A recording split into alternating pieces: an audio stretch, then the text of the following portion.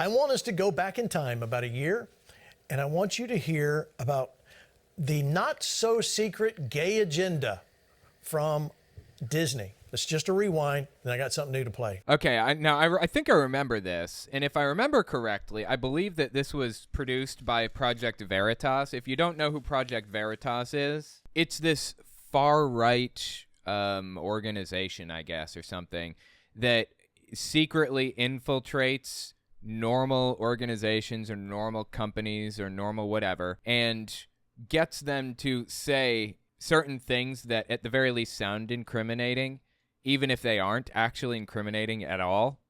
And then they spread it all over the news. They release it to the public, and MAGA world goes nuts with it. Like, recently, Project Veritas pretended to date a guy. Like, somebody from Project Veritas pretended to be interested in dating this gay dude.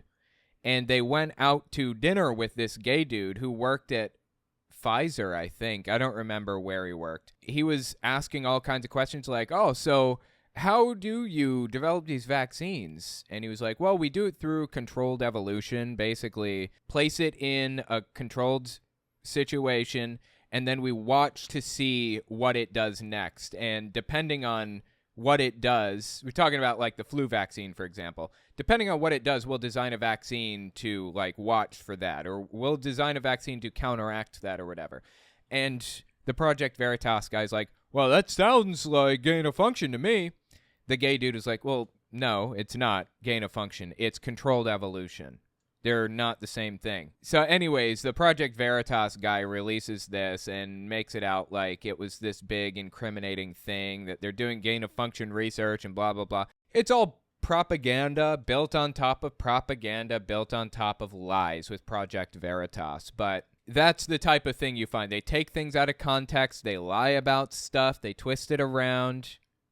They find people in these positions of power and get them to say things that they believe to be incriminating based on their ass-backwards interpretation of situations that simply aren't true or accurate at all. And then they release it to the world and pretend that they were right all along. So that's who I think released this clip that he's about to play about the gay agenda or whatever. I remember this clip when it came out. If it isn't Project Veritas, it was the same exact type of thing. Somebody taking stuff out of context, like literally cutting clips up, having a full-length, like hour-long conversation with somebody, and then cutting the clips into pieces and repositioning them to put the words in a different location. It's just full-blown, edited bullshit is basically what it is. So let's listen to what they have to say here. Watch. It's like, I love Disney's content. I grew up watching, all of the classics. They have been a huge, informative part of my life. But at the same time, I worked at small studios most of my career, and I'd heard, you hear whispers. I'd heard things like, oh, they won't let you show this at a Disney show. And I'm like, okay. So I was a little sus when I started. But then my experience was bafflingly the opposite of what I had heard on my little pocket of Proud Family Disney TVA.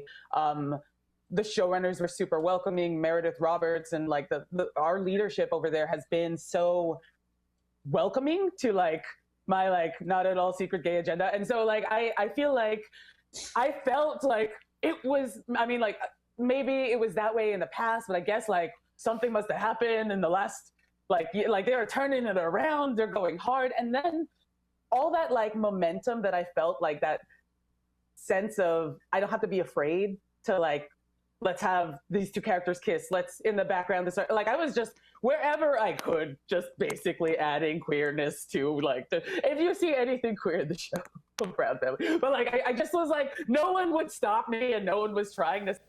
See, this is a perfect example what I'm talking about with Project Veritas and others. They take things and they cut it up and they move things around and they slice out this one little section of this recording and prime you to believe that you're about to hear a specific thing from these people. Here's another example of how this same type of propaganda method works, okay? If I were to ask you, how much did you like this book on a scale of 90 to 100? You would see that as ridiculous, right? Now you come out and you say, oh, I loved it at 90. Oh, so it's fantastic. Because you assume the scale is from 0 to 100, even though it was presented as 90 to 100, right? That specific thing is called p-hacking with statistics. You start out with like a skewed chart where you cut off the bottom of the chart or the bottom of the statistics so that the jumps and the dips look way more dramatic than they actually are. It's the same idea with what they're presenting here. They're trying to twist things around. I mean, this is such a perfect example of propaganda. I love it. I'm so glad that they're displaying this for us to dissect, because it really doesn't get much more obvious than this. In reality, Disney will do whatever makes them money, maybe with like a hint of inclusion and acceptance and love. Probably because that makes them more money, because they have like a lot of black kids that watch this network too. They have a lot of Asian kids, a lot of Latino kids. The more kids that are represented in their TV shows, the more kids are going to watch it, right? Generally leaning on the side of inclusion, including other people in things. But that's viewed as a bad thing in these people's minds. They don't want to include black kids or gay kids or whatever. Their goal, I mean, Flashpoint's goal is to excise anything from any TV shows at all that represents anybody other than white, straight, cis, Christian boys and girls. That's it. If you aren't showing that, then you are persecuting these people. That's the way they want you to see it. All right, I know you didn't want to watch all of that, but you need to understand this is what we're dealing with.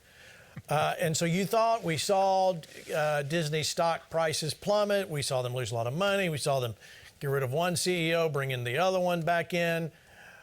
Well, thank you, Christopher Rufo, with that. He's posted something else about the latest Disney debacle.